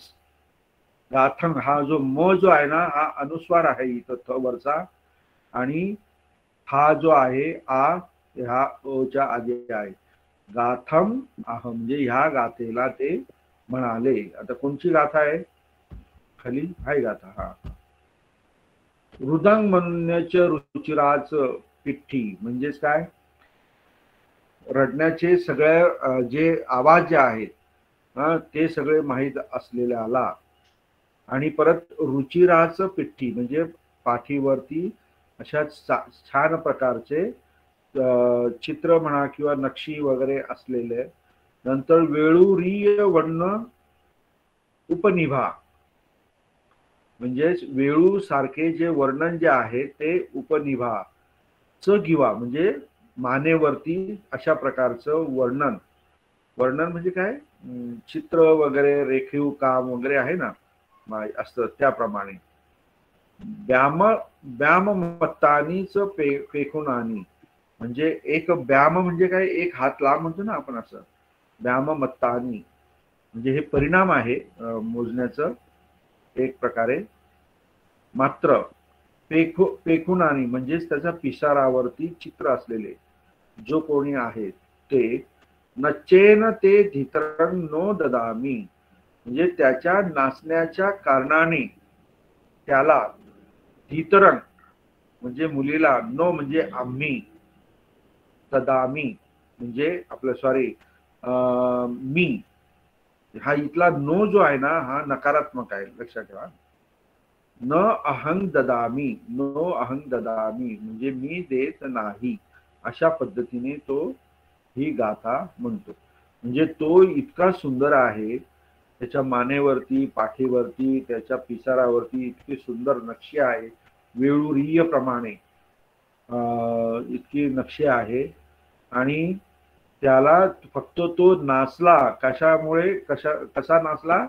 हिरी आणि ओतप्प म्हणजे स्वतःची आणि दुसऱ्याची लाज सोडून तो इतका नाचला की तो तिथे सगळा त्याचं आवरण निघून गेलं, तो नग्न झाला. तर अशाला म्हणजे त्याला माझी मुलगी देणार नाही अशी त्याने ती गाथा म्हटली. तर अशा प्रकारचे हे जे आहे. आता इथे ह्या जी गाथा दिलेली आहे त्याचे शब्द जे आहेत त्याचेच इथे अर्थ दिलेले आहेत. आणि मग सगळ्यात शेवटी भगवान बुद्ध काय करतात? सत्था न भिक्कवे इदानेव एस हिरो तप्पं बिंदित्वा म्हणजे ही अतीत कथा सांगितल्यानंतर भगवान बुद्ध त्या भिक्खूंना सांगतात की आताच नाही, न इदानेव, न इदानेव म्हणजे आताच नाही. एस हिरो तप्पंग भिंदित्वा म्हणजे याला हा हिरी आणि ओत्तप्पाला म्हणजे सोडून किंवा तोडून रत्न शासना परिहीनो म्हणजे जे भगवान बुद्धांचे जे रत्न जडित जे शासन आहे त्याच्यामध्ये याचा लॉस झालेला नाही किंवा नष्ट झालेला नाही. तर पूर्वी सुद्धा पूर्वी सुद्धा इथी रत्नपटी लाभतो म्हणजे पूर्वी सुद्धा याला स्त्रीचं रत्न जे आहे म्हणजे स्त्री लाभत असताना सुद्धा आता हे इथी रत्नपटी लाभतो म्हणजेच काय, ही आता जी कथा सांगितली त्या कथेचा इथे रेफरन्स आहे. परिहिनो एव ती म्हणजे त्यांनी त्या ठिकाणी त्याचा नष्ट केलेला आहे, शासन नष्ट केलेला आहे किंवा त्याचा लाभ घेतलेला नाही अशा पद्धतीने. असे इमं धम्मदेशनं आहारित्वा म्हणजे ह्या धर्मदेशनेला आणून म्हणजे अतीत मध्ये जी सांगितलेली धर्मदेशना आहे तिला आणून अनुसंधी घटत्वा म्हणजे वर्तमान काळातली जी प्रसंग आहे त्याला जोडून अनुसंधी घटत्वा म्हणजे त्याला जोडून जातकं समुधानेसी ह्या जातकाला त्यांनी काय केलेलं आहे, एकत्र केलेला आहे, कनेक्ट केलेला आहे.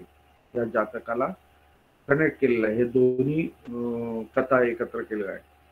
मग तेव्हा तदा मोरो बहुभंडिको अहोसी म्हणजे त्यावेळेस बघा आता कोण कोण कोण कोण काय होतं ते शेवटी सांगतात. त्यावेळेस हा जो मोर जो आहे ना आता जो अतीत काळातला जो होता त्यावेळेस तो बहुभंडिको जो भिक्खू होता ना तो होता. त्यावेळेस सुद्धा तो नग्न उभा राहिला आणि मोर असताना सुद्धा नग्न झाला. आणि हंस राजा पण अहंमेव अहोसी आणि हंस राजा काय, हंस राजा अहंमेव म्हणजे मीच होतो अहोसी. अशा तुमचा आवाज ब्रेक होतोय. येतो ना आवाज व्यवस्थित? हे मध्ये कोणाचं तरी सुरू आहे वाटतं काहीतरी, आवाज ब्रेक होतोय सर. काही याचं हे आलं असेल, काय म्हणतो त्याला, इंटरनेटचा प्रॉब्लेम आला असेल. तर अशा प्रकारे मोर कोण असतो, भंडिको भिक्खू वर्तमान याच्यामध्ये आणि आपल्या अतीतमध्ये. आणि हंस राजा कोण असतं, स्वतः बुद्ध असतात. म्हणजे बुद्ध म्हणजे काय, बोधिसत्व त्या काळामध्ये. तर अशा प्रकारे ही कथा या ठिकाणी भगवान बुद्धांनी नच्च जातक कथा म्हणून जे आहे ती या ठिकाणी सांगितलेली आहे. तर या कथेमध्ये व्याकरण तर आपण बघितलेलंच आहे आपण, परंतु याच्यामध्ये बोध काय आहे, महत्वाचा शब्द काय आहे याच्यामध्ये? हिरोत्तपम. यस यस सर, आपण आपल्या भाषेत म्हणायचं म्हणजे जनाची पण नाही आणि मनाची पण लाज सोडलेला. बरोबर, करेक्ट शब्द तुम्ही. बरोबर, नाही जनाची तर मनाची तरी लाज राख असं म्हणतो आपण. तर इथे दोन्ही सोडलेली म्हणजे दोन्ही सोडलेला जो व्यक्ती असतो तो अशा प्रकारचा असतो, या मोरासारखा किंवा त्या बहुभंडिक भिक्खू सारखा असतो. तर भगवान बुद्धांनी, हा बोला बोला. तर त्या भिक्खूचं नाव बहुभंडिक होतं, मग की त्याच्याबद्दल म्हटलं की तो सामान गोळा करायचा म्हणून बहुभंडिक. नाही, त्याचं नाव नाही दिलेलं आहे, परंतु त्याला बहुभंडिकं या नावाने ते ओळखतात, ओळखत होते. म्हणजे जास्त सामान बाळगणारा. कंग आहे ना इथे, क, हा जो क आहे ना हा तद्धित आहे, म्हणजे ज्याला क लागला ना तो वाला अशा अर्थाने त्याचा अर्थ होतो. आपण मराठीमध्ये म्हणत नाही का, दूधवाला, पेपरवाला, काही नाही. तर तसं बहुभंडिकन म्हणजे जास्त काय भांडी असणारा वाला असं. सर ह्याची जरा मला संधी फोड सांगा ना सर. हिरी अधिक उत्तपम, हिरोत्तपम. तर हिरी म्हणता ना तुम्ही, हिरी अधिक, तर ई आणि उ ओ होतो ना सर. ई अधिक उ हा ओ होतो ना, म्हणून हिरोत्तपम आलं ना. संधी मग तसंच आहे. हो हो, संधी कशी आहे बघा. हिरी सगळ्यात शेवटचा स्वर काय आला हिरीमध्ये? ई. ई दीर्घ ई आला. ई आला, बरोबर. आणि हा जो ओतप्प जो आहे, कुठे गेला तो शब्द? हा हिरोत्तप्प. हा इथे मी जरा त्याला डार्क करतो. तर हा जो हिरी जो आहे त्यातला सगळ्यात शेवटचा स्वर ई जो आहे, आणि हा ओतप्प जो आहे त्याच्यातला ओ जो आहे, तो जो ओ आहे तो ऍज इट इज राहिला आणि ईचा काय झाला? लोप झाला. अच्छा, लक्षात. ईचा लोप झाला, त्यामुळे हिर अधिक ओ म्हणजेच काय? र अधिक ओ म्हणजे तो रो झाला. हिरोत्तप्प म्हणजे तो सरो लोपे सरो असा एक नियम आहे संधी मधला. म्हणजे कधी कधी काय होतं की पहिल्या शब्दातला जो स्वर असतो त्याचा लोप होतो आणि तो पुढच्या शब्दाला संधी होते. तर ती संधी आपल्या त्या प्रकारचा नियम इथे लागून हिरी अधिक ओतप्प त्याचा हा हिरोत्तप्पम हा शब्द तयार झालेला आहे. ओके सर, समजलं. सर ते टेक्स्टबुक म्हटलं खालचं ते राहिलेत की ते पुढचं? कुठलं पुढचं राहिले की टेक्स्टबुक म्हटलं? हंस राजा तप तस्मी एव परिसमज्जे.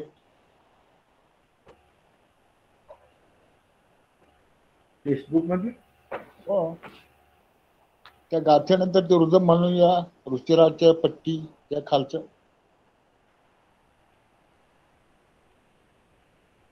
म्हणजे ह्या माझ्या स्क्रीनवर दिसतंय तिथलं का पुस्तकातलं म्हणताय? हा, पुस्तकातलं म्हणतोय मी. पुस्तकातलं का? एक मिनिट बघतो.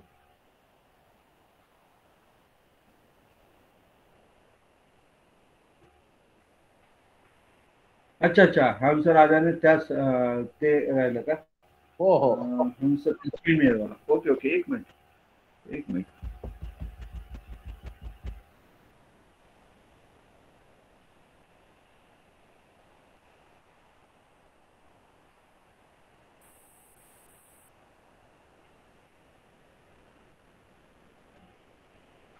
अच्छा, याच्यामध्ये तर हे नाही आहे. मग हे घेतलंय 27 सर. ठीक आहे.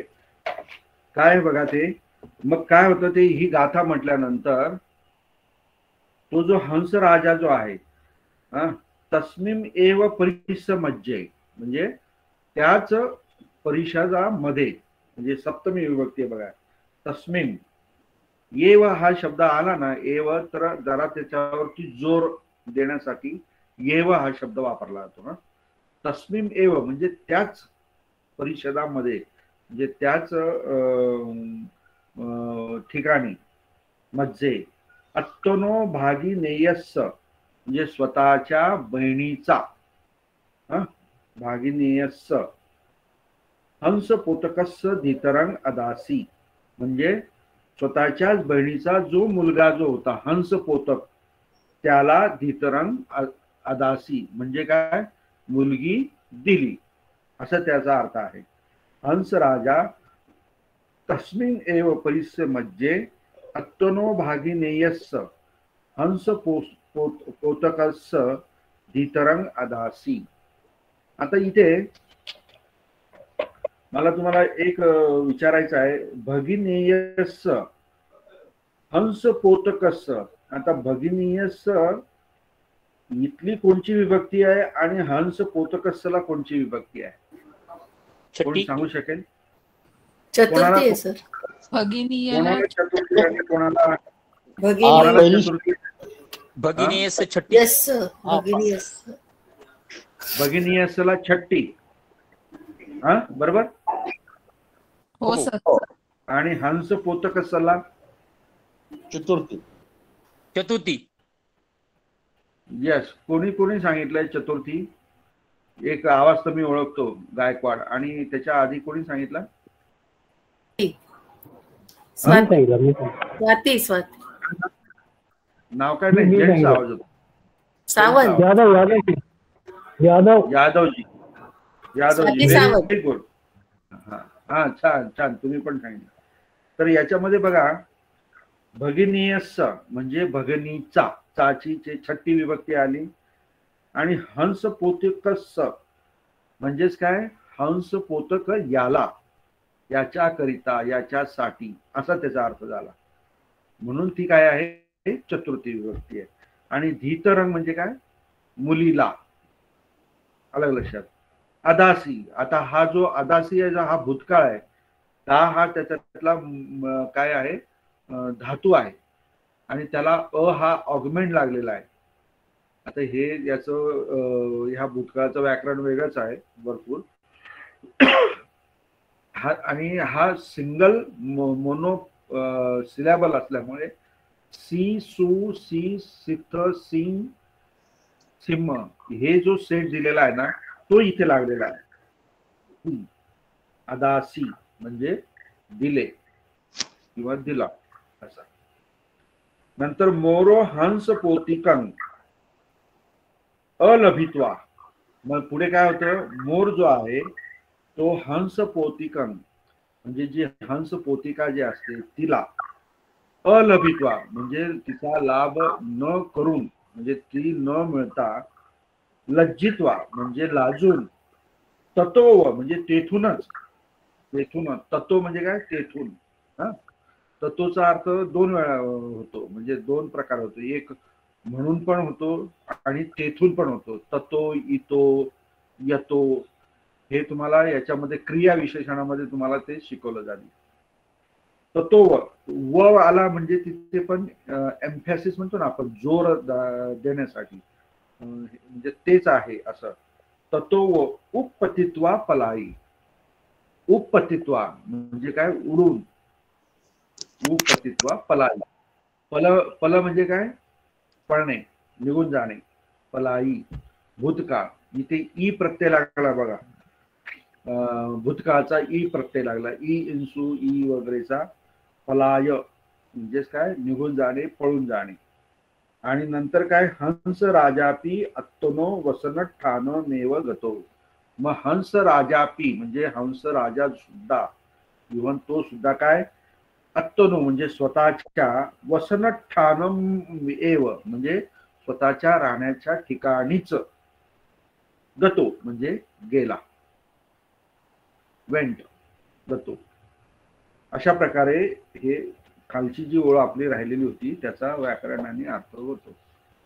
अशा प्रकारे आपण सुद्धा सगळ्यांनी हिरी आणि ओत्तप्प याचं भान ठेवून समाजामध्ये आणि घरामध्ये आपण राहिलं पाहिजे.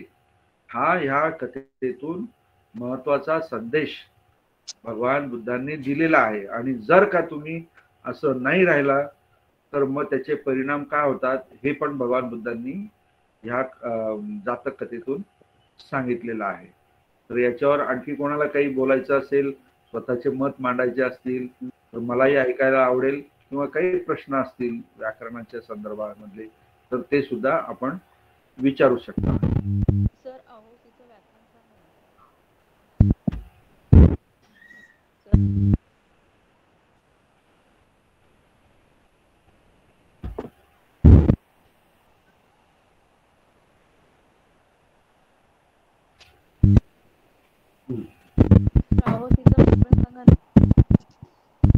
आवाज येत नाही मॅडम तुमचा.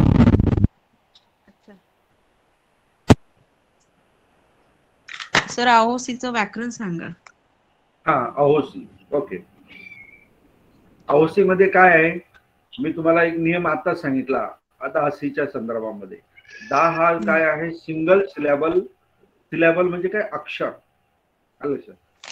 सिंगल म्हणजे एकच अक्षराचा असलेला धातू, हा एक दा आहे आणि एक हू आहे. आलं लक्षात?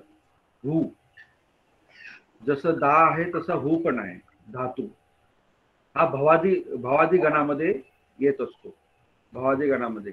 तर हा जो हू जो आहे याचा पास्ट टेन्स करताना हा सिंगल सिलॅबल असल्यामुळे हा सीचा जो सेट जो आहे, सी सुंग, सी सित्त, सिंग सिंह, याचा त्याला सीचं हे लागत असतं, म्हणजे प्रत्यय लागतो. आणि अ जो लागलेला आहे त्याला ऑगमेंट म्हणतात. तर तो केव्हा लागत असतो? ज्यावेळेस अहोसी किंवा आह वगैरे म्हणतो ना आपण, अदासी, तर त्यावेळेस त्याला परोक्ष भूत म्हणतात. म्हणजे त्यावेळेस आपण स्वतः तिथे उपस्थित नसतो म्हणून त्याला अ लागलेला असतो. आता हे अ जो ऑगमेंट आहे हा कुठे कुठे लागलेला असतो, कशा केव्हा केव्हा कोणत्या परिस्थितीमध्ये लागलेला असतो, याचे पण 3-4 नियम आहेत. ते पण मी तुम्हाला सांगेल कधीतरी. तर अशा प्रकारे अ अधिक हू अधिक सी असा हा अहोसी भूतकाळामध्ये हा शब्द तयार झालेला आहे. हा एक वचनामध्ये आहे. आणि अनेक वचनामध्ये काय होईल? सुंग आहे सुंग, अनेक वचनामध्ये आहे सुंग. अशा पद्धतीने हा हू जो आहे याचे जरा वेगळ्या पद्धतीने प्रत्यय आहेत. असे काही शब्द आहेत पालीमध्ये. हू आहे, दा आहे, नंतर कर आहे. यांचे प्रत्यय जे आहेत ना ते जरा वेगळ्या पद्धतीने पालीमध्ये येतात. ते आपल्याला माहिती असले पाहिजे. ओके.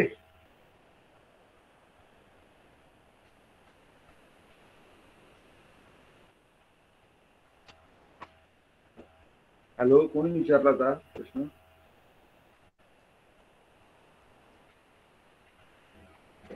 मनीषा कदम सर. हा, कळालं का मी काय सांगितलं ते?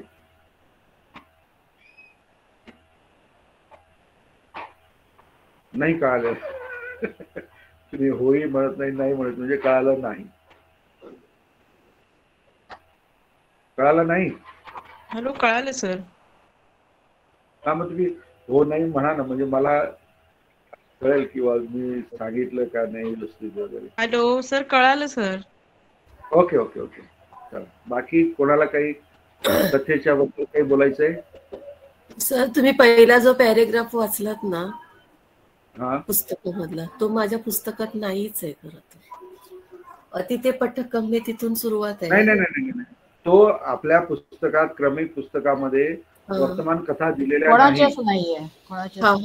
मला वाटलं की मला भेटलं नाही असं मला वाटलं. नाही नाही नाही, कोणाच्याच नाहीये ते. फक्त आपण अतीत कथाच त्या ठिकाणी फक्त प्रिंट केलेल्या आहेत. अच्छा, ठीक.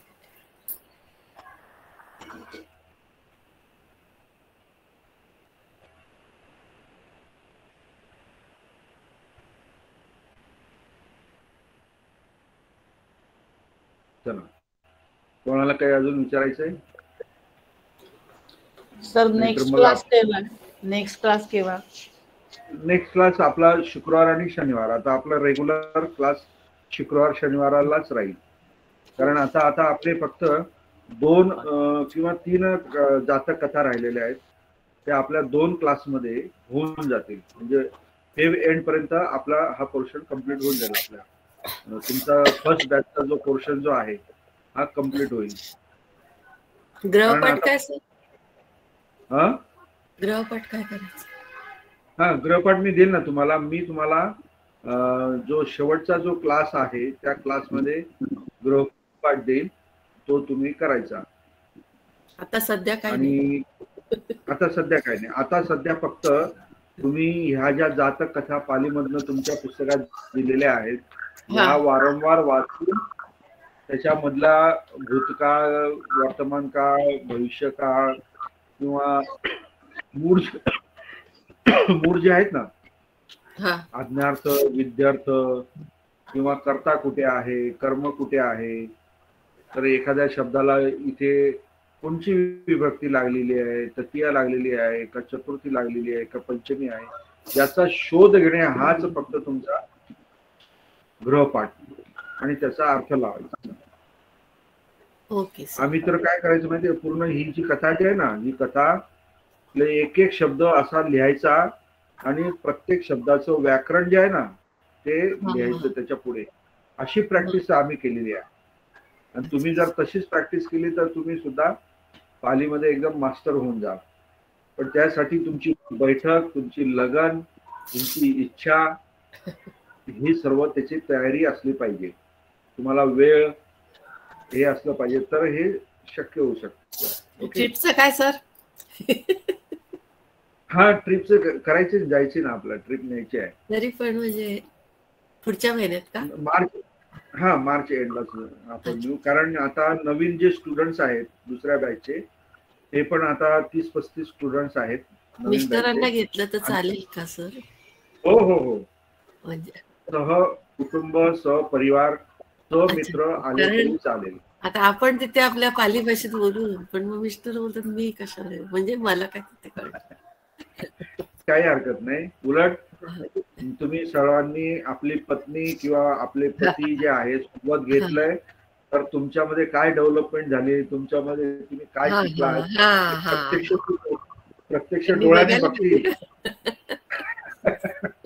आणि मग तुम्हाला ते पुढे ऐक्य निर्माण नाही होणार काय, किंवा ते सुद्धा त्यांची मानसिकता बदलू शकते. ते सुद्धा त्यांना वाटेल की नाही, आपण पण शिकलं पाहिजे, समजलं पाहिजे. सर क्लास जर संपला तर म्हणजे अभ्यासक्रम संपल्यावर काय ते? हॅलो बोला. सर, जर अभ्यासक्रम संपला आपला 2 याच्यामध्ये क्लासमध्ये, तर रिव्हिजन नंतर तुम्ही घ्याल ना? हा, रिव्हिजन घेईल ना मी. पुढचे जे दुसऱ्या बॅचचे जे क्लासेस जे आहेत ना, ते मी फेब्रुवारीमध्ये आपलं मार्चमध्ये सुरू करणार आहे. तर त्या क्लासेसला तुम्हाला सुद्धा बसायला मी परमिशन देणार आहे. म्हणजे तुम्हाला मी ऍडमिट करून घेईल. त्याच्यात ऍडमिशन म्हणजे वेगळं घ्यायचं का? नाही, तुम्ही जॉईन, मी तुम्हाला लिंक पाठवेल. तुम्ही आता जसं जॉईन होता तसं जॉईन व्हायचं.